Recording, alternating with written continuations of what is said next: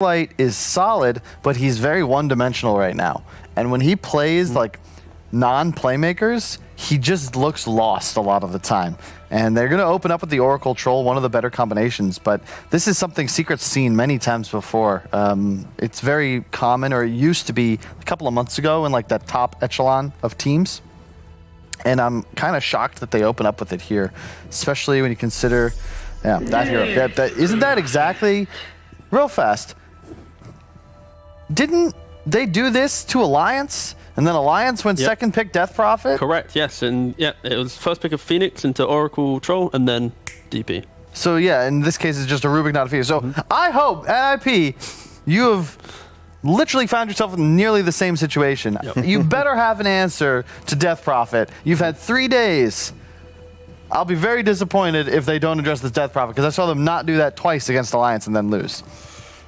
Yeah, you don't want to fall for the same tricks, right? If you've been able to watch, you've been able to learn from it, you should be having a good idea of what's going to come next. Dude, speaking of, do you know that like until you're like when you're a baby, until you're like 2 years old, the reason peekaboo is effective is because you don't have an understanding that things you can't see still exist. Yes. So when you play peekaboo with a kid, right, they're actually terrified, and that's why they're so shocked. It's like, oh my God, he's here. Oh, where did he go? It's real. It works on kittens as well. But I just feel like, isn't that terrifying?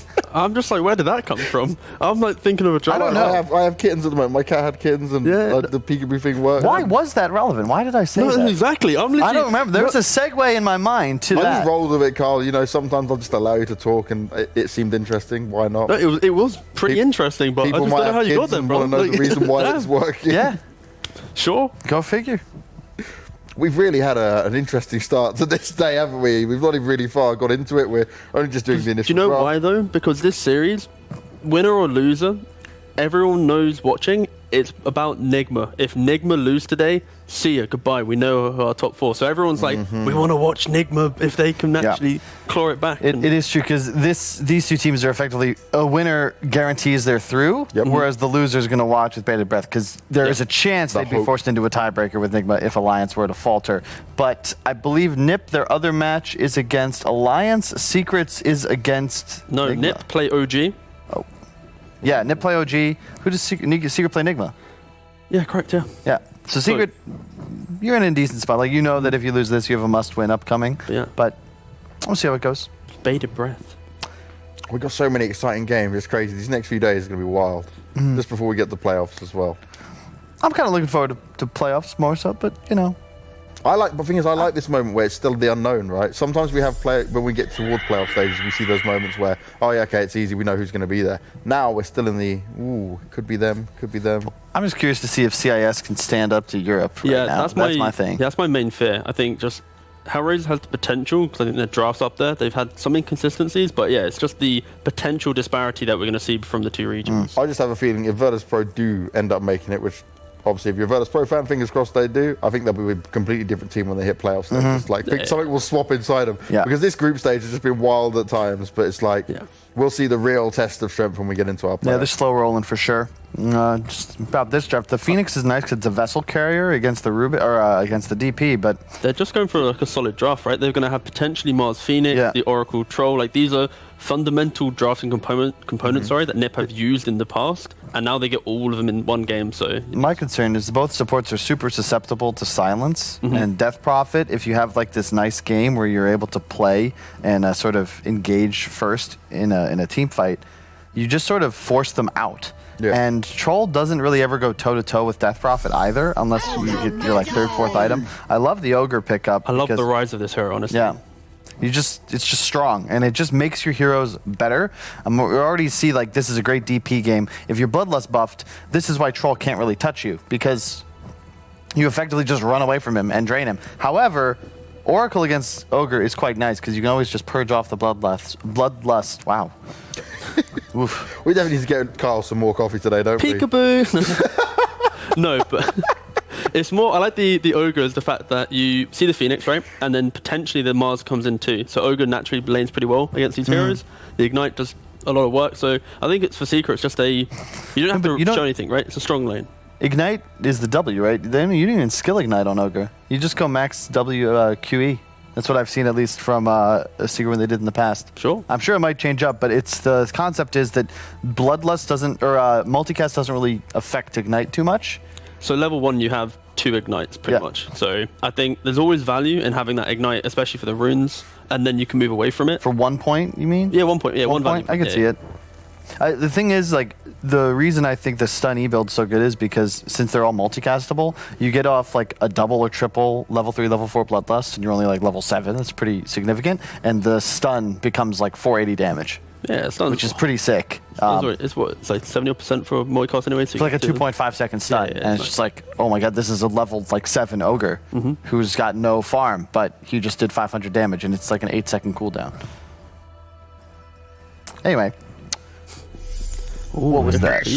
Okay, you know, tempo, pressure, but still nothing. I'm just afraid that they're gonna get death profited again. Like, this is a better answer in the sense that you have now a ton of raw damage. Like, these 2 supports don't really do anything to Beastmaster, and the tempo plus team fight is always a nice combination. We have this troll, this necro or HOD on the Beastmaster, and then a Phoenix behind them with an aura. Like, you can't really kill these cores, and they can play way more aggressive because they have these super strong supports behind them. It's very much a laning phase though, right now for NiP. Like, the Beastmaster can fare as well against Ogre. Sorry, it's a hero that naturally doesn't really care too much about the Ogre. You have your boars there. Phoenix plays behind the boars. Like, NiP have very much doubled down on the fact that they're going to have strong lanes, and then hopefully not give Secret that early advantage to then move behind the TP.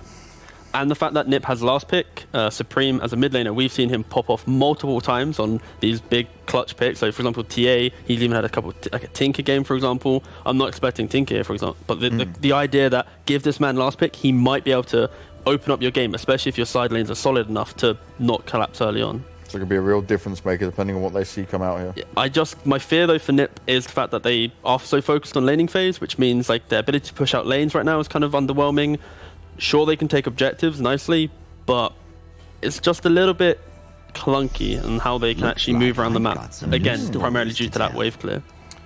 Yeah, and the monkey is a really interesting pick. So really good synergy with Ogre, because the hero is one of those that likes to be that you want an advantage. And it's like this concept of heroes that in an even game are somewhat mediocre, but when they're like, it's like Timbersaw in concept, where if you're that item or status ahead for whatever reason, you just can't die, you apply threat, you sort of dominate a lane by showing up in it. However, Troll can kind of eat you alive. So it's important that this monkey has a really nice game. Really good synergy with the Death Prophet too. You drop the ring, you go push towers. You can't really fight into this lineup anymore. I would say that's like, I think the main reason for this pick is, one, it's a comfort pick, and also the fact that NiP, they don't really have a lot of stuns, so you don't also have saves on Secret. So you need a way to enable this DP, make her feel safe when you move around the map. So you drop down the Wukongs, DP sits on the objective. Like, there's no way you should be able to jump into this these big spells. What do you think Secret's likely to go for? Okay, no, that's a nice ban actually from NiP, the Baden ban. If they pick up some offlaner Baden here, they pretty much have no stuns in their game. They have nothing. I'm starting to feel like this might be an offlane Death Prophet, and I think it's you keep the monkey open. I could see them going for a Matumba Man hero here. It's a really nice illusion hero game. You could just go for like a PL perhaps. It's kind of up to you how you want to draft, and I like how Secret sort of set this lineup up where you have the ability to do whatever you want. For all we know, you could be like an ogre off lane. You could take anything from a puppy hero to a mid to an off to a carry. It's whatever you want. Casual Kunka here as well does a lot of work for Secret. Yep, I would not mind that at all. It makes their team fight just overwhelming. Yeah, and then, like, you don't really have enough damage right now. If you have that boat buff, it's like, like your damage pretty much is reliant on physical damage coming out of Beast and Troll. Phoenix will kind of fall off, and Oracle. So yeah, I think Kunka's really nice. Pugna's banned, right? Because that would have been another option. I mean, that's the beauty of Secret, and with their biggest strength is the versatility. They do go for classic Centaur. Centaur v Phoenix. Like, this is now the biggest punishing factor that you can have, is the fact that you have no stuns and there's a Centaur. Of course, you can always argue, oh, but there's the Oracle v Centaur and laning phase. That does not matter. The laning phase, whatever, it's that mid game. The fact that your engage is so focused around raw that if you don't get that raw from the critical hero, the fight is so hard for NiP to really take. Yep. This is a good matchup, though, for the Quap. You love laning against Monkey. Although, now that you pick it, it's likely going to just be Death Prophet mid, which is a relatively even matchup. Certainly a little Quap favored. You have a base damage advantage. You can It's more regen. You still get your levels. You're not pushed out the lane. Like, I prefer Secret's draft just because the fact that you have these mechanisms to get out of the small team fight NiP has, and the fact that NiP can't make plays without using their ultimates. And if they do want to make plays, I feel like they're pretty slow pushing out their lane. So it's not going to be like that clean, where's our information coming from? It's going to be, we have to push our lanes first, group for the smoke, then make the play, we miss our raw, or we don't get, like, it's just that it's just going well. The way is, Secret will never have to, you'll have plenty in the bag to still look for kills. A lift, a blink stun, monkey bouncing, and then they can disengage with the center ult. They can pop DP ults if they really want to take a fight. Same with the Monkey King ult. Whereas to get anything going for NiP, they've got to use some of their tools already off the bat. A roar, Quap blinking, like it just requires a lot more risk to actually make moves. I think Secret, if they can keep the game even, just naturally are going to eke out an advantage because they're not reliant on these big spells. And really, I just feel like they're the better team. Okay, so you guys seem to be on the Secret train. Is that the way you're going? Yeah, I'm going to have to go with Secret this game. Secret first game for both Kyle and T-Gov here. Now our commentators are ready, and let's test this out. Peekaboo, Suns fan, Cinderin, can you hear me? Hello? There we go. Hello? They're here. Jeez. How's it going, guys? You scared the shit out of me with the peekaboo. Holy crap. Well, I can't see you. I try to have some Terrified fun over with it. You know, Kyle, he's educated us here about how Peekaboo works, so I thought I'd have some fun. I mean, that was probably the best segue of all time, by the way, when Kyle originally brought that up. I have no idea what entered his... It felt like basically every one of my casts, so I can definitely relate with that. Cinder, what do you think of this? These two drafts? Hi, Peekaboo. Oh. That sounded like an orgasm. That is rated R material, Cinder, and what the hell? We started off with a wild day. We do it different in Denmark with Peekaboo. It's a different thing here. Oh, God. Oh, God. Jesus. Okay, so They call it snake in the grass. I think both teams have really solid drafts, and they have stuff that plays to their own strengths, right? The thing that concerns me a little bit with NiP's draft is that, for the most part, this is stuff that we have seen for quite a long time. So I think Secret should be very well prepared for this kind of strategy. NiP have a good win rate, so they're playing their heroes, but they're not bringing anything surprising to the table. Whereas Secret here, they're grabbing like an Ogre, which is not a very popular hero right now. I would say Centaur is not unpopular, but I think the way, like the order that they drafted it in is a bit unusual. And then, yeah, apart from that, I guess not too many surprises. They're either just very meta stuff. The Ogre is the one that really stands out to me. I'm curious to see what Puppy's planning with this one in this game. So you like Secret's draft because it's less predictable?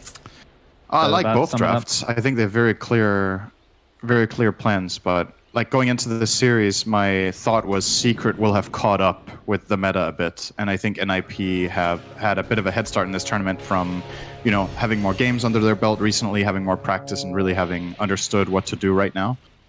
I still hold Secret in super high regard, even though currently they're on a lower standing in the group than NiP. So they will be my favorites for this game, just based on that. But well, Yapsor gets to play his patented Rubik, one of his... Is that his favorite hero? It's one of them, I know. Yeah, it definitely is one of them. I mean, he has played a lot of Rubik, and the only other person, this might surprise you, that I mean, obviously there's the Chinese scene that have a lot of great Rubik players in terms of historically speaking, and I'm sure Kyle will love this, but his brother is one of the best Rubiks, Z-Freak, that I've ever seen. For sure.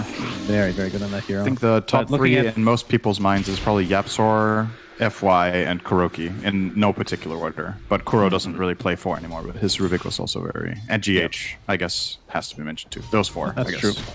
You can probably add like 10 more people, honestly. There's a lot of them. Yeah, there's a lot of Rubik very, players. very good. For sure. Mid lane, Cinder, we have Nisha on the Death Prophet versus Supreme's Queen of Pain. Been seeing a lot of Queen of Pain lately, with kind of mixed results. How does this laning stage kind of progress here? I think this lane is pretty even, maybe slightly DP favored. In the early stages, it should be DP favored just because of raw base damage. Like DP has 8 more damage than Quap. And you see Nisha putting that to good use right now, getting a lot of free hits in while Quap is farming on the tower. Just pushing it up a bit faster as well.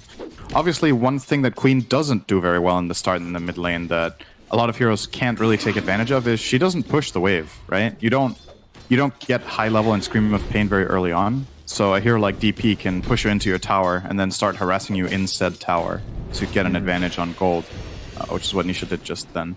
Most melee heroes don't have this luxury, because even if they have a pushing ability, Quap just zones them out effectively if they try too hard to get creeps. But in this matchup, it's a good lane for DP. Pretty sure about that. Okay. And top lane is Troll and Oracle versus Centaur and Rubik. I'm assuming Troll will be able to farm relatively well here. The question is, will they ever be able to kill Zai? Is that when YapzOr starts to rotate away, perhaps they'll have their opportunity? Like, how's the kill potential with an Oracle Troll? Level 3 is pretty strong. You have a lot of damage from the Oracle. Troll gets level 2 Whirling Axes, perhaps, or he gets Fervor, whichever one he prefers, and they go to town. And Centaur, usually what's dangerous about this hero in the laning stage for the other team is his ability to, you know, at any point in time, just take pop retaliate and fight back way stronger than you expect sometimes, but Oracle can purge it. So there's no real play for Centaur in this lane. Is there an animation or particle effect at all for retaliate when you pop it? Do you know? It makes a sound and then you start glowing red on your. I don't remember exactly what part. Red? You'll see it now. Lane. You see it now. You see telekinesis. You see it's like this orange glow. That's it. It's pretty clear. Like, look at it. Barely noticeable. Very visible. Barely noticeable. That needs to get buffed immediately, please. Would really appreciate that. Nisha forcing out Supreme. Nice heads up play from Secret there, by the way, that now that we were talking about it. They identified that Oracle walked over to stack the camp, so they take immediate advantage of that to use Retaliate, because they know they won't have many options to do it. So the moment anything presents itself, you go for that. Nicely done. Yep, that's a good point. Bot lane is the one that we have not covered as of yet. Puppy's going to be playing the Ogre Magi that you brought up earlier with Matumba Man's Monkey King versus Era's Phoenix and Saberlight's Beastmaster. I'm assuming Beastmaster can transition to semi-jungle, which is kind of happening here, disrupting the waves a bit. Yeah. But from a Matumba Man's perspective, how easy is the farm in this lane? It's not that easy, but Ogre is a really good wall. Oh, Saberlight's in trouble here. He's going to get pounced on. Puppy does not have Fire Blast, no mana to speak of, but the Boundless Strike is there. And Matumba Man's Jingu Mastery does proc, so ends up taking that for himself. Similar to the top lane there, Secret identify an opening because Phoenix Fire Spirits are on cooldown, and once they're on cooldown, the hero does nothing to Monkey King, so he can very easily run down there. If Phoenix has Fire Spirits there, Matumba Man actually dies, but then they obviously don't go for the play at all. Top lane. Zai just happens upon a random courier, gets the kill, so not great in terms of microing that bad boy for NiP, but no kills will come as a result. Overall, about the bottom lane, though, this is a really good Phoenix game, I think. Like, there's Bloodlust to give some attack speed, but none of the Radiant heroes really want to hit the egg in this game. So, do you think, if Phoenix with has that a good in game, mind, do you think Matumba Man goes for something like Echo Saber to try to counteract that? I think their overall plan is to stampede out of it. Like, their approach is, all right, this Phoenix got picked later. We didn't really have a solution. Our approach is going to be, we have the Centaur that we pick into Troll, and we know it's not the greatest matchup with Troll Oracle, but the pros outweigh the cons. I think that's one of those situations with Secret is like, what's the big deal in this game? What's the overall plan? How do NiP win fights? And sometimes you can pick a lane that isn't ideal, as long as it's playable, because the payoff later is just way too good, right? Stampede is an amazing spell this game. It counters everything else than Roar. You just get away from everybody, so it's really solid. Well, technically, it could counteract Roar if you get Aghanim Scepter, at least the damage portion from what's to follow. Absolutely. Could happen later. So Supreme in the middle lane, 23-11 versus the 18-5 on Nisha, so doing quite well in that department. About a half-level lead right now. He got 6 first as well. Quap is able to kind of go into the jungle a bit, but what about Death Prophet? What are her options if she needs to find some side farm? Is it really even worth it to go in the jungle? Like the small side camp in mid is very easy to farm with Crypt Swarm, right? I think there's definitely something to be said about that. Top lane, Zai getting initiated on, gets the hoof stomp off. Looks like the Whirling Axes will not hit. And he's able to walk away with only 150 HP. I believe he is going phase boots right now, if he did buy the boots in base. So going for the... I mean, is there any Nisha needs to be careful mid. Oh, All right, we have the Shadow Strike applied. I believe a Fairy Fire was popped. Supreme, Blink not up for 5 seconds. Going to get off the Scream of Pain. No mana to speak of as Nisha is just life leeching him away. This is going to be really close. The Shadow Strike continuing to tick him down as Supreme finally with that last Blink, able to get the last right click and has now won this lane. That is a really good kill. It was with a full creep wave running into the enemy tower. So he's now level 7.5 against level 6. This is a really big quap win, and like I said, I don't think this is how this lane goes on paper. Just Nisha didn't really respect the fact that Supreme hit level 6 there. He took a lot of damage in the middle of the river and then just got run down with Sonic Wave. So nicely done from Supreme here to identify that. And no TP support either from Secret. I think you could have probably done something there if you really wanted to. Supreme did have to walk all the way back to base, didn't have any mana to blink and make it a little bit faster, so he did lose some creeps, but obviously still we'll take that well any day of worth the it. week. Yeah. For sure. We'll TP back He's now now. showing up with double null and bottle, minute 7. Not and bad. stick. Yeah, he has a lot of good stuff right now. A lot of value. So looking at the carries farm right now, 42 and 17 on the Troll Warlord versus the 41 and 8 on Matumba Man's Monkey King. Very, very even in that department. And then in terms of the offlane heroes, 29 and 2 on Centaur versus the 25 and 5 Beastmaster. So really, I think both respective safe lanes are kind of a wash to some degree, I would say. Would you agree? And then mid lane is Quap favored right now. I'm pretty impressed that Matsu has the same farm as Charlie here. I don't think this is that good of a Monkey King lane. Like, the Beastmaster Phoenix matchup is not great, but Puppy has done some serious like grunt work just standing in front all the time. Speaking of grunt making work, space. Ogre Magi has come to the mid lane, Cinderin, but not able to get off a Fire Blast. It is quite low range right now. Supreme. That is... Okay, blinks into 3 enemy heroes, and it's just going to get chopped down now. Pops the Fairy Fire. Another Scream of Pain, but not even remotely close to a kill. That was so greedy. Like, even miscalculation. Even if he kills Nisha, I don't know if he didn't know Rubik was there. That might have been a surprise. Maybe it was like, what? Didn't Rubik show before though? I think he did. He already fate bolted. I thought right? so. Yeah. I think he saw all 3 heroes, and then he just... That was not actually even that close to a kill on Nisha. And now he kind of brought him back into the game. It's a little bit of a expensive slip up there. His Sonic Wave had 10 seconds left. Is it like, how often do pro players not realize that something's on cooldown? I mean, it happens to everybody. It does happen. It's true. Like, maybe that's it what looked happened. like It he does had a Sonic Wave set up. I'm like, oh, it's going to be a big one. Then you look, it's 10 seconds cooldown still. But I don't know. It's possible. He That does might be what happened. TP top after respawning now. Sonic Wave is up, like we said. He's going to apply it to Zai most likely. There we go. And we'll get a freebie as a result. Yaps are able to get out to safety, though. So it does find a kill at the end of the day. I mean, he won mid, but then kind of fed away the lead to a degree. He is still with a level advantage over Nisha. And also the farm advantage by like 500 net worth. So Yeah. it's not like he threw the game by any means. No, absolutely not. But Nisha will gladly take, any sort of comeback you give him. Like, when you consider how far ahead Quap was just 2 minutes ago, all of a sudden now they're tied on experience. Quap had a full level earlier on him. Yeah. And yeah, the gold, it's right, but Nisha's not outside of range of anything meaningful here. Time for bounty runes and outposts. Era will grab the bot one. Puppy. And they can't stop Puppy from taking it back. They have He's absolutely just clapping no sense. there. Very unfortunate. Nisha looks like he's going to take some heavy damage. The dive was there from Era.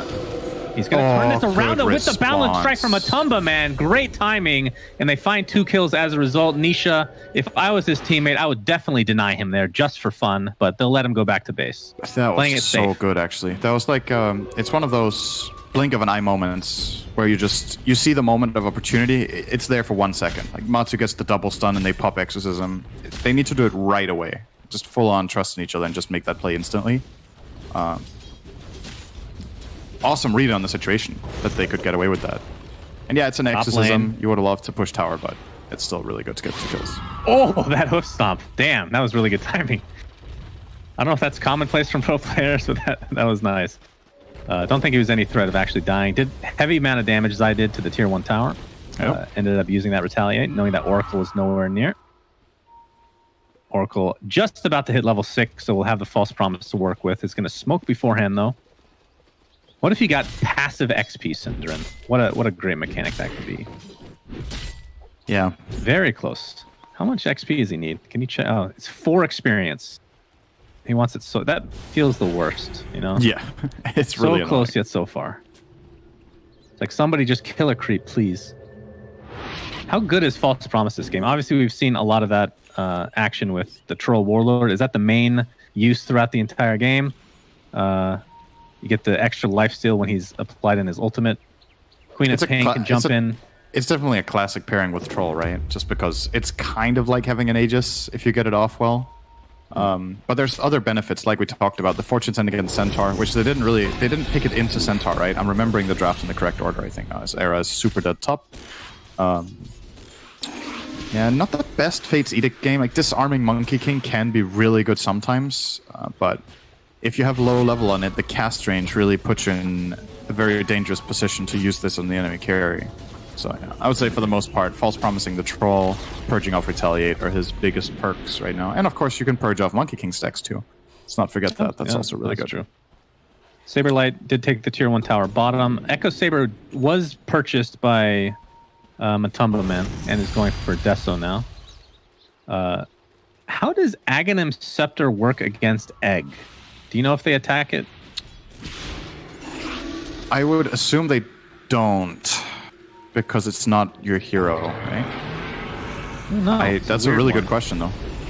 Fire Blast on the Saberlight, Stampede use as well. They're going to find an easy one. I think they play by the same rules as your ulti. And your ulti doesn't hit the egg. Can creeps hit the egg for like a certain amount? No. Because they work against Tombstone, or at least they used to. Did they change that? They can't attack the egg at all. Okay. It's interesting. Well, maybe we'll see the mechanic, just to be sure. Nisha still working on his first item. Has the phase boost, of course, going for the Yule Scepter, and his counterpart, the Supreme Quap, is also going for a Yule. So, obviously, against that silence, going to be pretty powerful. There was a smoke. Saberlight and Suneko, they want to use this roar, and they're going to need somebody like Supreme to actually do damage. Quap. You'd think they'd give the talent to Troll and he'd start farming Ancients like that, but maybe he doesn't need it, or they did it with Beastmaster or whatever. But it looks like they're heading towards top. They'll need a Hawk to be able to see Matumba Man here, unless he shows himself. Maybe Era will bait. Oh, if he randomly dove here. Oh, the axes. Oh, they're going to see him with the Hawk, but Matumba Man's way too fast. So Smoke Gank ended up being wasted, it looks like. And you're right, yeah, Supreme with the Iron Talon is interesting. Is semi-jungling right now. As we're going to have TP support back here. How early can Troll take Roche these days?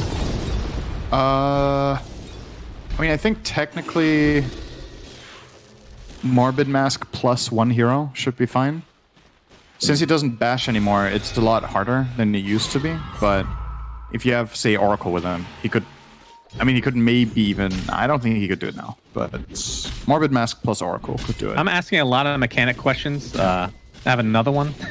Is Battle Trance sound global? I can't remember. Yes, I think so. But it's not if the hero is in Fog, if that's what you mean. You don't know if he used it on Roche. No, that's what I mean. Like, Dismember is global. Yeah, I think that's unique, actually. Okay. That's the only thing. Yeah, okay. Pretty sure. Good to know. Thanks for keeping me up to date, Syndrin. Really appreciate that. If you have any questions about Valorant, just let me know. Mm-hmm. I know you're still waiting to get into that beta. Charlie on the Troll Warlord is going for the Battle Fury. We've seen a lot of variation. Battle Fury or Maelstrom, I think, are the only two, right? To begin the game, as Monkey King taking off his perch here. There's a telekinesis onto the Queen of Pain, but the False Promise will keep him alive for a little bit longer. Matumba Man looks to be super dead. A Sonic Wave will actually ensure that. Not sure if it was 100% needed. Stolen Sonic Wave was stolen. Yapzor with a 3-man Sonic Wave. It was green. It was delicious. It was beautiful. 2 for 1 right now. The multicast onto the Troll. He's going to pop that ult. Of course, they don't have False Promise or anything like that to keep him alive any longer, so he will fall shortly after. And it looks like NiP is now on the run. It's a 2 for 2, and that'll break things up. That's great for NiP. They got the opening kill on Matumba Man, who was the top net worth hero in the game. Beastmaster never showed up, so he got the top tower. This was basically a 4v5 fight that they won by getting a draw. That was weird phrasing, but they killed 2 cores. They lost a support and a core for it, and they got a tower. Very nicely done. Yeah. Oh, Queen of Pain. Just getting harassed over and over. Just came back to the mid lane as Phoenix, Era. Looks like he's going to drop first here. And multicast again onto Supreme. He can't really fight right now. Saberlight used his roar, but to no avail. Will die shortly after. He took the roar. No, I just love finding this out when I'm casting his Rubik. It's just, it brings back memories. He KS's like no one else with Fate Bolt. It's like actually unbelievable.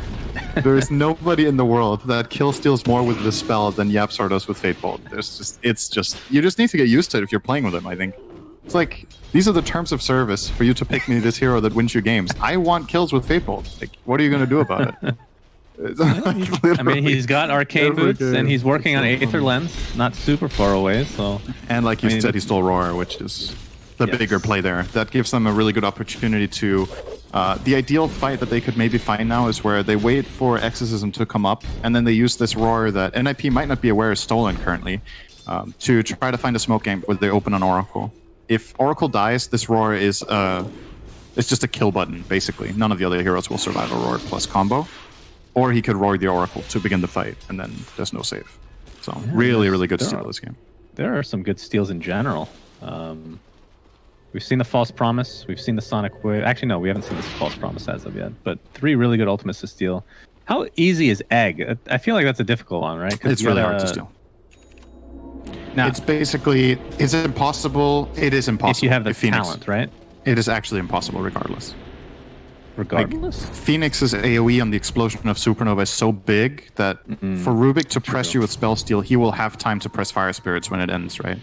Right. It's just, so Phoenix just needs to instantly press Fire Spirits after Supernova, and it never gets stolen. Right. Yeah. Now, telekinesis into Hoof Stomp into death. Now they could smoke a Roar play if they wanted to. Don't think they have a smoke, though. Well, Matumba Man is invisible. He's a one-man smoke. They could try to set up on Supreme. He's thinking about the ultimate. This would be actually going for it. The Boundless Strike is there. Onto the Roar. That was the TP from Yapzor. Great synergy here. Great communication. I mean, tier 1 team. They only have the 1K network lead right now, and NiP is definitely doing a good job this game overall. Yeah, it's relatively even. The slightly concerning thing for NiP's lineup is Queen of Pain has 3 deaths, minute 19, and we know historically this hero does not fare well with dying compared to a lot of other heroes. Very much relies on that tempo. They're going for Roche, but I was going to mention, of the games that we've cast, I know it's a small sample size, but Quap has been quite underwhelming as a hero. I don't know how I feel right now. It's been pretty good in the patch, though, I would say. Like, we've not been spoiled with the best Quap performances. I would agree with that. But the hero itself is actually in a pretty good spot right now. So I don't think the hero itself is a bad pick. Not at all. So user error, in other words. Aegis is now on Charlie. Has the Treads Battle Fury ready to go. So able to steal, but take the Roche in the midst. We're going to see another Roar onto Nisha now. So that is a quick kill on the Death Prof, and that means Secret needs to get the hell out. Tier 1 tower will likely fall now. Telekinesis onto Charlie into the Fire Blast. He might actually get the Aegis is already consumed. The Egg is down. Can they kill it? The Echo Saber going to work. They're going to be able to get the Phoenix. Balance Strike onto 2. Sonic Wave, I just heard it. Not sure how many heroes it actually hit, though. It's a 2-for-1. Looks like they will find Matumba and the Tier 1 tower. So overall, a good fight for NiP. Very nice. Getting the opening kill is really what matters here. Secret don't have a save, so if you jump with Roar onto a core, that core dies. And yeah, the Egg, maybe not the best there from Era. Perhaps they could have got an even better outcome there, but at the very least, he made Monkey King stay to kill the Egg, and that got them a monkey kill. So probably good in the end, actually, for him to put that Egg there. The downside, obviously, Aegis gone on Charlie, maybe overextended a little bit to start. They did get Oracle Ulti off. Effectively makes the fight kind of 3-for-2, right? Because that second life on Troll is really important. And they do hold the tower. He's getting big, though. Charlie's very farmed. Yeah, working towards his SNY. And we've kind of talked about the build variations past the Battle Fury. SNY for status resistance, of course, is a huge help against this team with the silences and all the stuns and whatnot. We're going to see a Stampede by Zai just to get out of that top lane. What would you expect after the SNY? I mean, we've seen Satanic, Basher. Do those sound reasonable? I think he might go Abyssal this game. After SNY, before Satanic, just so he can jump on top of that Monkey King and ruin his fight. Or the DP. Whoever the Roar target is, being able to follow up, chain, connect, or go on a secondary hero in the meantime could be really, really useful. So I don't like if he goes Satanic, I think. I feel like that's a bit... It's a bit too defensive, considering he already has an Oracle covering him, right? Like, I'd rather see them put the pressure through his itemization. Yeah. So We're going to see a smoke here from Secret. As Nisha is leading the charge. Oh, boy, this is a good right pick. into Charlie. Exorcism into the Fire Blast multicast. Mega dead. Zai with the random stomp onto trees. Just making sure everyone knows he hates trees, which means he's going to be playing Timbersaw next game, most likely, as they find the Oracle as well. Yeah. Very, very good smoke. They knew Charlie's movement trajectory after he killed that bottom area. They have really good wards down there, so they knew he was walking top left. And the sounds from Nisha clipping on the Oracle there and Troll prevents both of their saves from going out. So very nicely done. Zai missing the hoof stomp there as the Thunderman comes in. Roar is used just to get out, so defensive use overall. Yaps are very sad he couldn't steal, although he does have Sonic Wave, so he's still in like basically every ult in the game right now. What would you rather have, Sonic Wave or Roar? I assume Roar. I think I'd rather have Sonic Wave right now, probably. Just because the Roar does have a counter in the Oracle. And Sonic Wave is insane damage on the Rubik. It is so strong. It's gonna be put to use here, maybe. I mean, we talked about his farm, and well, we're gonna talk about that in just a moment. Supreme comes in with the Shadow Strike, another multicast onto the Troll Warlord, who's already at half health. Duneko in the back though, so he is safe with a False Promise. Supreme jumps in onto Zai. Don't think they're gonna be able to get any kills here. Let's see if they want to force the issue. Roar is down. So Saberlight posturing here. And Yapstar keeps poking Charlie because he just wants Charlie to drop slightly below half, and then he can blast him with the Sonic Wave out of nowhere. But Charlie's regen here really strong. Beastmaster's mech. They have the Vlad's Oracle save. Tons of healing on their side. Yeah, Yapsor not only has the Aether Lens, it's actually close to a Blink Dagger. And I'm sure Ags or something after the fact. Another multicast from Puppy. It's unfortunate he's not using the Arcana. I'm sure he'd be leveling up that gem real fast with as many multicasts as he's getting this game. Maybe next. Only works in pub games sometimes. But you're probably joking. Yeah, of course. Why am I even pointing that out? You know everything I'm about a cosmetic god. And nothing about Dota. How dare you? I'm Cinder and SNY being built by Charlie, like I said. Okay. Oh, I wanted to bring this up. Obviously, I agree that Basher is probably the right choice here into Satanic, but there is a world where Scotty at some point is really good at this game against the likes of DP. They're building the Spirit Vessel right now, and against the Jingu as well from Monkey King. But Scotty with that negative health regeneration, or Amplify, I should say, has some use. I mean, Scotty's it's a solid item. Just I don't know when you can fit it in. It's like 5th item or something. Game's probably over by then. Yeah, that's still the problem that Scotty has as an item, right? It's like when does it feel right in your build? It's like very select heroes that want it for the stats. Like a hero like Medusa might start considering it a bit more again, perhaps, because it's so much health for that hero. But then you're playing Medusa, which nobody's playing right now. So yeah, not really seeing it much. Right now, Charlie has Satanic queued up, so he's going to disagree with you wholeheartedly. Yeah, and just go for that extra status resist. I get it. Like, you're playing against a lot of Suns, and maybe you don't want to have to rely on your Oracle, but I think it could backfire in the sense that you might start running into a wall where when Monkey King has a BKB and DP has a BKB, and you have this Centaur in your team that's almost got a pipe, that you might run into damage trouble. Like, Queen of Pain is notorious for not scaling insanely into this later portion of the mid-game. It's like, it's a very strong early mid-game hero, and then it's a very strong late-game hero. There's a span right now where Quap's damage isn't that dangerous for a while, especially when you have BKB, so it's only the Sonic that you're worried about. If Troll can step up and get the kills, Phoenix will have the same problem, right? You're hitting this weak point when these BKBs come out. Nobody's going to be able to compensate. But maybe if he weathers the storm, this Satanic could make for a big fight where he tanks stuns, stays alive barely, gets ulti off, and maybe they swing it. Gonna have to wait and see.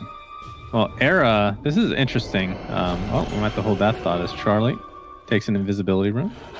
But Nisha and company know this. NiP still forcing the issue though. Multicast again onto the Beastmaster. Puppey gets a nice Fire Blast off. BKB popped by Nisha. He's going to get Exorcism off. Sonic Wave to follow. Yules to keep the DP alive a little bit longer. Will attempt to kill this. The roar just in time as Era stuns the entirety of Team Secret, it feels like. Nisha's going to be the second fall. Both cores are dead.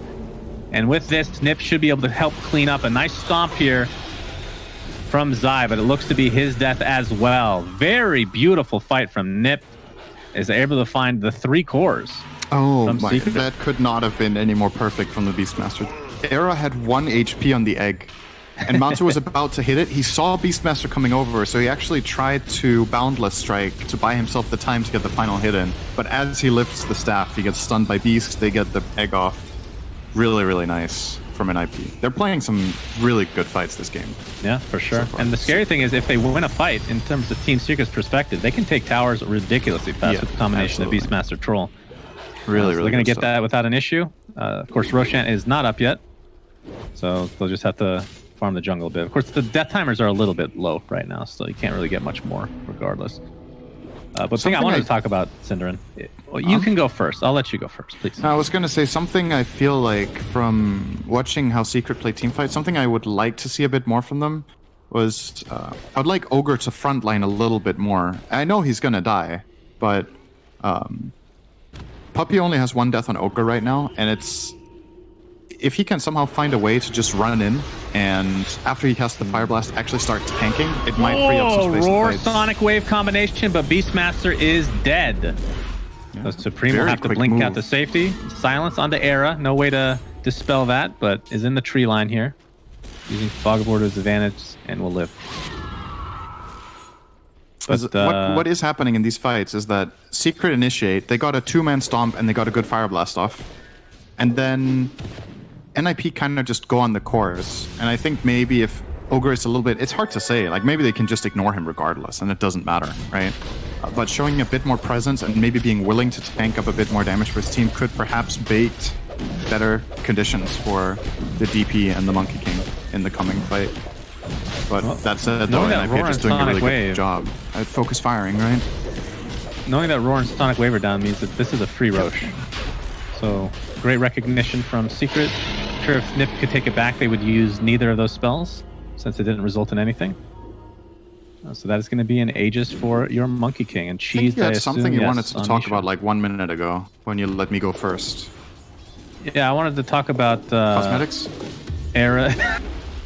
Well, I always want to talk about cosmetics, but Era's build, obviously Spirit Vessel very normal, and then the Philosopher's Stone, the dream for any Phoenix player. Super good on Phoenix. It's like the days of the gold talent that he used to have, which everybody would take, and the Hand of Midas, actually.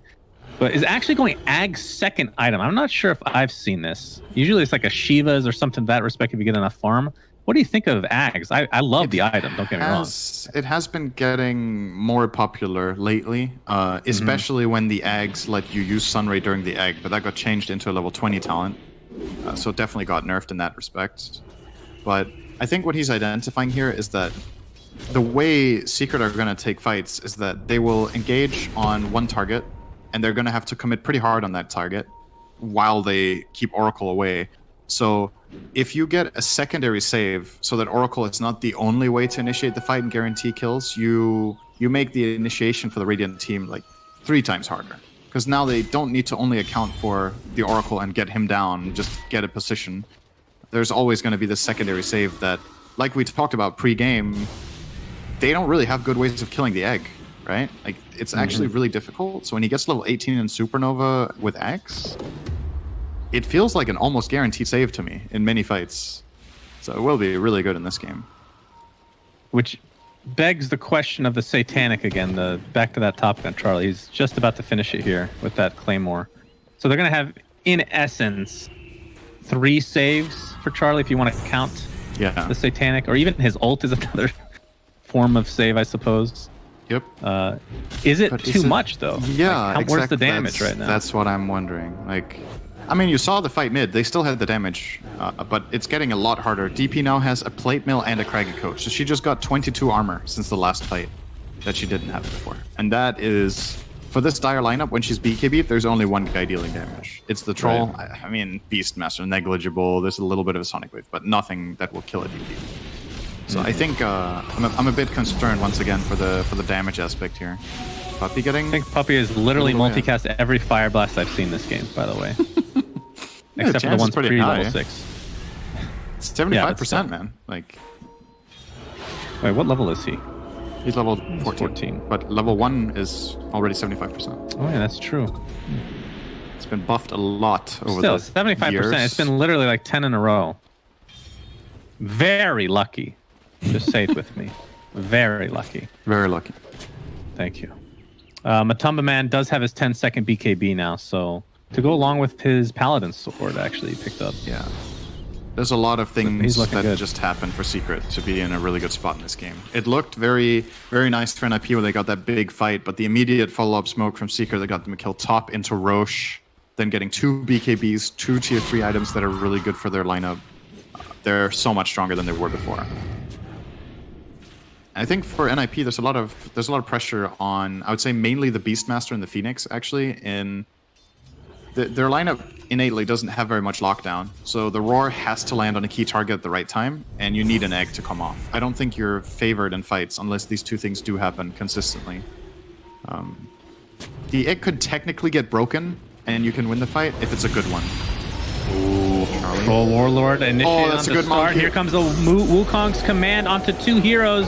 Oracle doesn't have that Ghost Scepter, but he's going to die shortly after. Supreme blinks out to safety, and looks like Secret are going to focus onto Saberlight's Beastmaster. Gets off the Roar, but dies shortly after. So another wasted one in the grand scheme of things. And it was stolen again by Yapzor, who is working towards that Aghanim Scepter. So a nice pick-off here for Secret. They still have Cheese. They still have Aegis. I'm not sure how much longer that's going to last, actually. Only maybe another minute, maybe? Minute or 2. Yeah. But 1 either way, minute. they're looking pretty good. I mean, this opens it up for them to, like, they don't even have to go for these kills necessarily. They're pretty close to some big items. The Shiva is only a recipe away, essentially, for Nisha. That's a huge one. And Zaya Halberd. And about 1,000 gold. They take the tier 2. So how long does Halberd last on Troll now?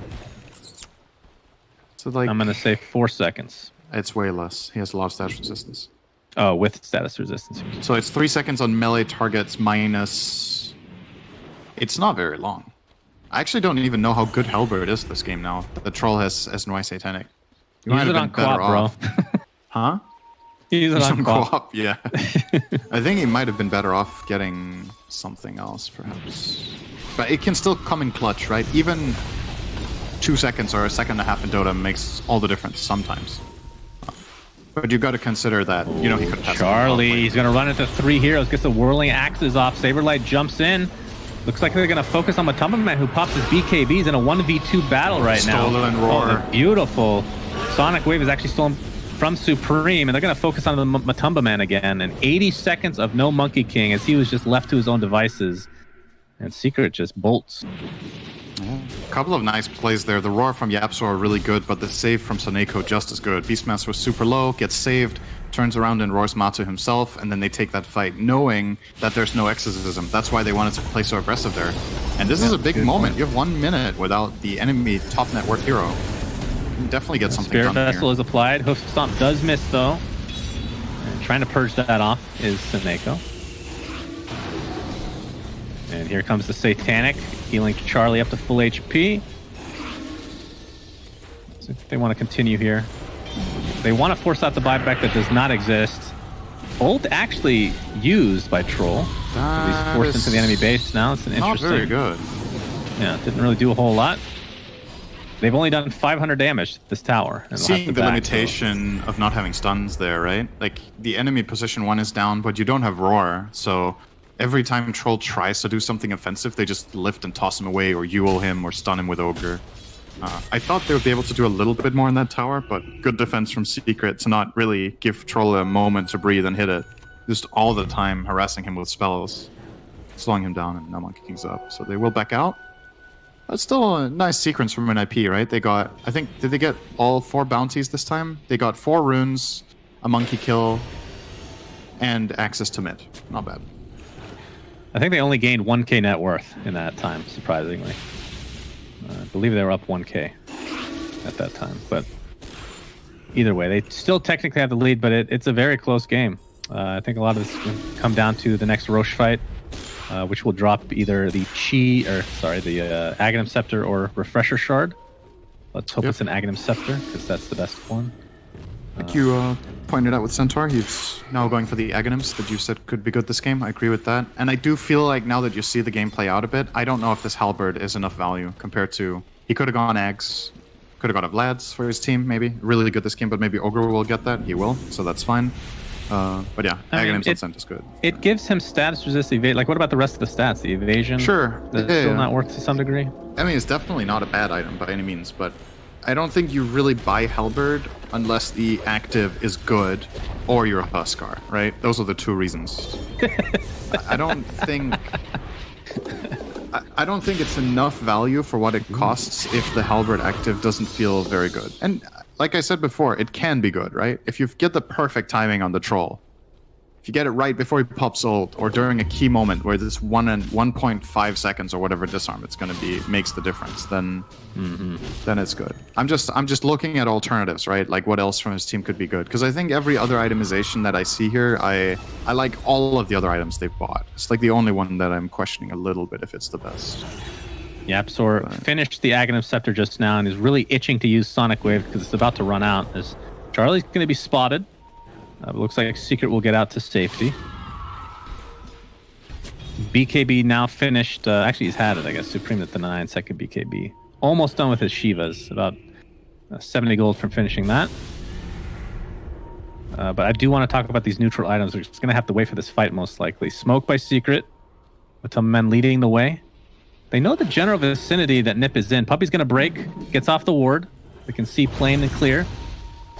He did not multicast. 75%. He did not multicast, ladies and gentlemen. It happened. Hoof stomp onto Supreme. He's going to get caught off guard again. A Sonic Wave finishes him off. And with that, will NiP try to back? No, they're going to continue on as the buyback is here from the Queen of Pain. False promise on Charlie, maybe a little bit prematurely, as Saberlight getting completely focused inside the Monkey King ult. Egg did go all the way through the animation, so stuns the entirety of Team Secret, but Era is just going to fall very shortly after. And I believe that was the Beastmaster ult again being stolen and used on his own team. Charlie looks to be donezo. 4-4-0 as Secret. Sorry, 5-0 with the buyback from Quap.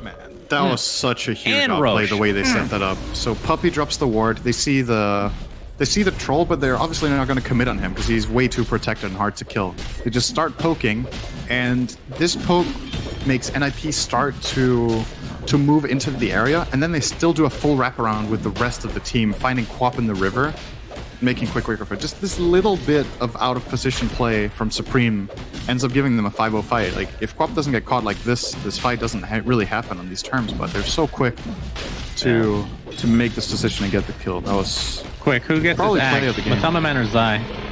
Matu, Who do you think should get this Zai? It goes to Matumbaman. I think you can make a case for either, because Zai's going to have a harder time farming this game. Yeah, but Zai wants to buy it, and Matu doesn't, right? I think. Yeah. So that might be what's guiding them. All right, pay attention to the Ag's egg, Cinderin, okay? Will the monkeys attack the egg? You're 90 sure? What percentage would you say you are? Well, that's a good item. 4% sure. Yeah. Okay. That's very confident. For Cinderin, that's very confident. Stampede cooldown talent taken. -20, so I believe it's 50 seconds now. Oh, wait. They nerfed that a long time. It's 90 to 70. God damn. What happened to my Centaur? Jesus. Filth. Well, Abyssal finished on Monkey King. So Matumba has a 5k net worth lead over everybody in the game and is looking very strong. Even as a tree, he looks menacing. I mean, that haste rune and bloodlust effect. Poking Charlie while they jump the back line. Yeah, Beastmaster still has the roar. Supreme looks like he's going to help finish off Puppy here, but there's the jump in. Sonic Wave is used by Supreme with the BKB activated. Nisha gets off Exorcism. Troll's going to pop his ult and stay alive, but for how long is the question? Matumbaman gets the Wukong's command off. There's the false promise from Charlie. Onto Charlie, I should say, is Matumbaman will lose the Aegis. See if Troll War will be able to live any longer here. He gets popped after the False Promise ends. Does have buyback, but this Exorcism being up for a decent amount of duration now. Soneko is deleted off the map. Troll Warlord buys back into the game, but there's the patented multicast from Puppey. Charlie getting some heals. Hoof Stomp, the fake in from Zai. Looks like they'll be able to get another kill here as Matamaman getting quite low. He's going to get healed a little bit. Looks like he might go down to that dot. We'll see that the Phoenix Egg is basically impossible to kill at this point. Matamaman did live as a result of the heals coming out. He stole it on Yaps. He stole Egg! He did it! He actually got it. Basically Maybe. Impossible, he says. Maybe with Lens, and he doesn't have the catch. Yes. I was gonna say really quick. I don't. Well, that's a Zai full died, heal. but the Balance Strike deletes the buyback on the Oracle. Looks like Era is next, and this could be the beginning and end of game 1. Although DP gets roared, so they will find a very important kill. So Secret might have to back now. Yapsor TP's out to safety, leaves Matamaman, who just wants to man fight his way to base. BKB TPs. So I don't know how many fights that was, but I believe NiP had a 1K net worth lead, Cinderin, about 2 minutes ago. And that's a 16K swing here. It's been a really, really big last 5 minutes for Secret, for sure. Yeah, I'm still trying to wrap my head around exactly, like, okay, so what's Rubik's cast range on Spell Steal? When he has Ag's Lens, he might actually be able to steal it. That might be what is needed. If you can outrange the Egg Explosion with those 2 items, that's why he got it. Because I was looking at Era, and I think he instantly pressed... Oh, he's dead. Oh my. He basically instantly pressed Fire Spirits when he came out of Egg, and Yapsor still got it. So that means he has to be able to stand at a range and grab it. So it has to be this exact item combination that gets it. Wait, does Learn something this game? Phoenix Egg stun instantly, or is it like a wave? Like from far distance? So all of it is instant? Yeah. Okay. Yeah, he just has to have the range then. Easy peasy. Yapsor for the win. And he still has, I mean, he has another egg coming up. So the egg radius is 1300. And what's Rubik's cast range on Spell Steal with eggs? Unfortunately, you can't see that in the game, but that's how it is sometimes. Sometimes you just can't see it. Sometimes. I'm trying to figure out how impressive this play is. Like if Yapsor needs to be within like 50 range or 200. All right, how about this? You don't watch any more of this game. You just pay attention to Yapsor and his stealing of spells, okay? The problem is he has egg already, so I don't think he's going to try to steal that unless completely necessary. He could get 2 eggs off in one fight, I suppose. So Matamaman has that extra slot. Looks like Satanic will be the choice, but I assume we'll try to save for buyback just in case. But still looking very, very, very strong right now. Zai is not going for Ags anymore. He's like, I didn't get the one free from Roche. Okay, I'm not buying it then. I only take free items. Oh, fuck Looks you like guys. Havoc Hammer, of course, kind of a, I want to say a bit of an underwhelming item, but obviously the heroes that it's good on would be strength. Those that gain a lot of strength, and Centaur is certainly one of them. Wonder if it clears an entire wave. How much is it? Maybe not yet. 1 times strength. That's no, it's not enough. But it's a lot of damage though. Still, it's like 400. Yeah. Right? Yeah, about Matamba 400. Man, the Abyssal Blade off. He's trying to kill the Beastmaster. The egg is trying to save him in the meantime. Sonic nice. pushes them back. The double egg now, it's actually going to go off, but the green egg is coming for you, NiP, says Yapsor. See what else he steals. Looks like the Beastmaster does end up falling. Supreme has to blink out to safety. The buyback onto the Beastmaster, of course, his roar is down, and looks like Secret wants to retreat with that buyback. That was really nicely done from NiP regardless. They get the egg off as the save, and then the Sonic Wave pushes the enemy team away. They actually were in line to get that egg there. They have enough attack damage in it, or attack speed rather, now with the Monkey King Bloodlust this late into the game and 2 other heroes hitting. But very nice save there coming in from Supreme. Yeah. Still not enough, that one though. was kind of in their face, right? So that feels like if it's off to the side, it's going to be much more difficult. You Oh, can for sure. isolate, Then they're never getting it. But you kind of need to get it in their faces at this point. Like we talked about, NiP are struggling with damage issues, so they need everything they can get. Quap has built almost purely defensive items. Troll has built largely defensive items. There's just not enough oomph. I think, in this game. Did you say oomph? Oomph. Oomph. Okay, gotcha. I Just said checking. oomph, but, you know, whatever you like. Depends on your region of choice, I suppose, and how they pronounce that. Beautiful, beautiful. Absolutely. Absolutely. Charlie is working towards a BKB now. So, just... I don't know. Not saying it's the wrong choice, but it just feels like overkill on defensive items. Yeah. Like, the Basher is nice. It does. Doesn't finish the Abyssal. But it's not like Basher gives... It's only 25 damage. What would you have gone in this case? In Instead this of slot, BKB? Yeah. I don't know. At this point, it almost feels like he has to, but it's a problem that if you go SNY Satanic and then you need BKB after, it wasn't the right route or something. Maybe went completely SNY wrong. wasn't the right choice then, right? I think that was 'Cause he okay. talked about, well, it's more if you're going to go Satanic anyway. That's status resists. Yeah, I think SNY was fine, and then I think the Satanic should have probably been another item, and then he could have got Satanic. That's my opinion here. Like they had a good timing in the game with damage where they could have maybe taken a good fight with more damage from Troll, and then he could get Satanic later, and then BKB 6th item. Like when the disables become overwhelming even for your status resistance build. Right. But Nisha picks up arguably the best tier 4 item, Spell Prism. 20% CDR, so his exorcism is 87 seconds now. Also has the Octarine, which helps in conjunction. It's multiplicative now, so it's not quite as OP as it used to be, but still quite good. Tier 2 tower, Charlie's going to claim it for himself, but they're going to have to TP back here shortly, I assume, as NiP will just start walking into their base. Matamba with that Aghanim Scepter, ready to go. They're going to force the fort, yeah, and Roshan is up. So this is the Ag's Refresher Shard Rosh. I believe that Centaur may be getting his Ags here. If they Quabilu. Centaur ult. Yeah, they used it and completely wasted. They were like, "Oh, Supreme is there again. The exact same spot in the river." They believed it. They believed it was it. very believable. Yeah, I don't think they can go for this without picking at least one off.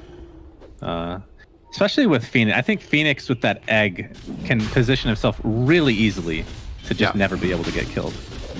And Charlie, looks like they're going for it. Will this be the Troll Ags game, Synderen? Well, we've always wanted to see. Probably Supreme will take it if they're able to finish it off. Yeah, I think so. Give it to Quab. The other Ags on the team are actually kind of garbage.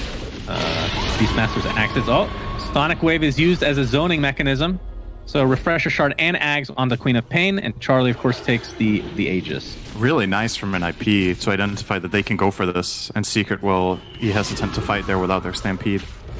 I'm honestly surprised they didn't try. I think Secret had a good shot in that fight with just their item advantage. I think that was probably good enough if they could get in, but maybe they felt hesitant without smoke.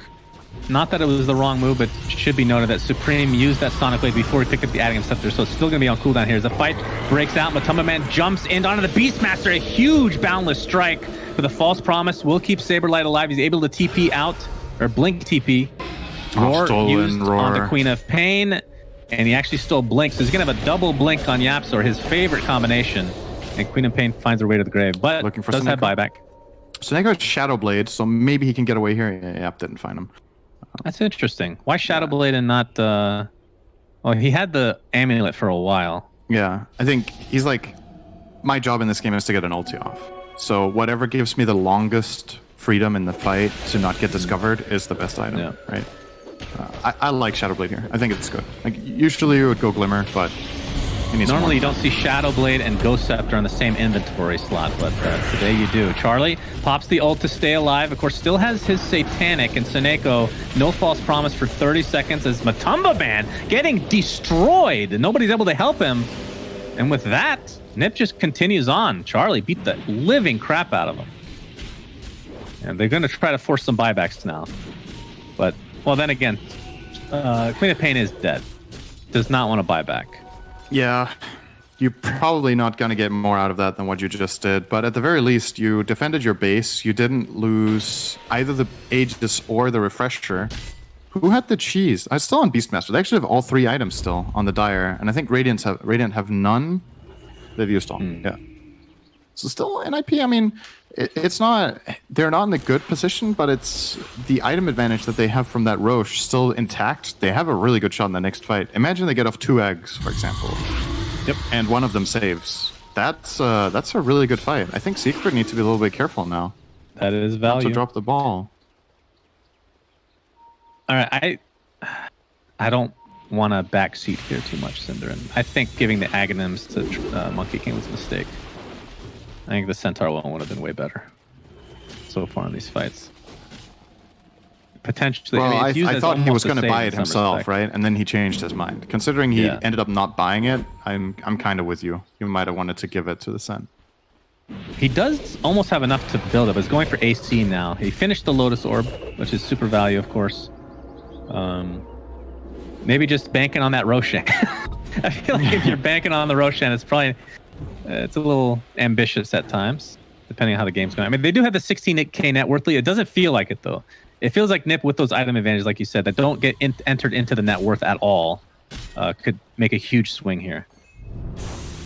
They need to find the fight, though. That's the challenge. They have 2 Yeah, they minutes can't just left on play their this Aegis. passively. They could, but then they lose their Aegis, right? I think Secret will be happy to wait out the Aegis and then try to fight into Cheese Refresher instead of, you know, NiP forcing them to. Because, in my opinion, NiP would actually be able to start looking at high ground here. When you have 2 lives on Troll, you have 2 eggs that both save, and an Oracle ult, you're not... Like, your conditions are not going to be better than this until the next Roche. Even if you Can I outfarm Secret by, mention like, something? 3,000 gold, I don't think it's enough. Oh, wait. Charlie gonna get gone on here to start he the missed the fight. boundless. Boundless Strike misses. Whoops. Look at Rubik. So Yapsor not only has the Arcane Supremacy, but a Timeless Relic. I mean, what a dream. His roar lasted, I think, 7 seconds earlier on the quad. 7? Something like that.